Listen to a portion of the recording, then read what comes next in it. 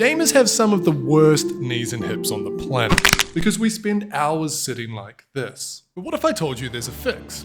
No gym, just this, the deep squat. So I did the only logical thing. For the next 30 days, I'm gaming like this. Day 1 started rough. I could only clock 4 minutes and 34 seconds before my knees and ankles both felt like they were going to catch on fire. My form, pretty awful. Rounded back and a serious butt wink. My stats all around were pretty humbling. Let's just say my hips were around a 3 out of 10. So the quest was clear.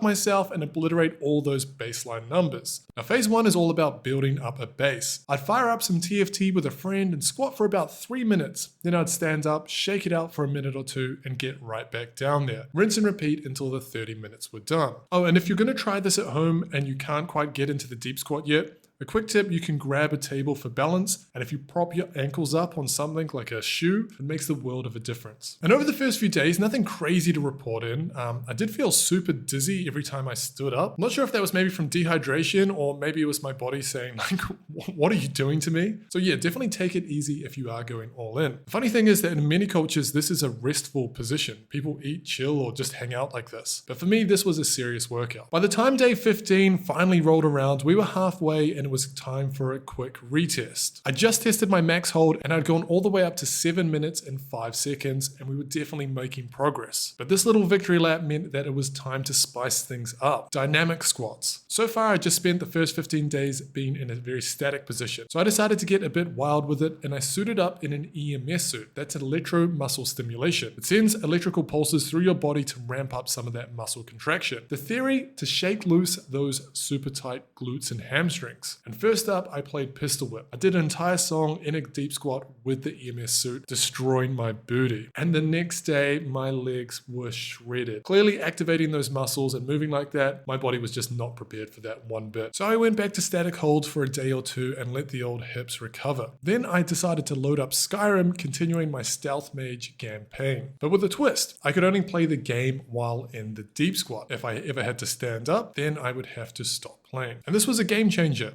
Literally, time just flew by, and for the rest of the challenge, I pretty much alternated between Pistol Whip and chill Skyrim squat sessions. And just like that, the 30 days were up. So it was time for the moment of the truth. Had I actually made any meaningful progress, or was this just a weird waste of time? Well, visually, I think the improvement is pretty clear. You can see my back is definitely a little bit straighter, and the butt wink is definitely still there, but maybe slightly minimized. And the max hold had gone all the way up to 10 minutes and 45 seconds. It's almost triple my starting time, but what about the other numbers? Well, the side split improved by 4 centimeters. The ankle mobility went up by 1 centimeter on both sides. So the big question, do I recommend spending 30 days gaming in a deep squat? Honestly, absolutely. It's surprisingly fun and an effective way to start improving your hip mobility. If I could change anything, I would say just use it as a launch pad, build up that squat tolerance, and then start weaving it into your everyday life. You know, watching TV, scrolling on your phone, maybe even having breakfast like a true champion. Now, personally, I'm going to stop religiously timing myself, but I'm definitely going to keep the deep squat in my routine because my hips have never felt better. Thanks so much for watching, and I'll see you next time.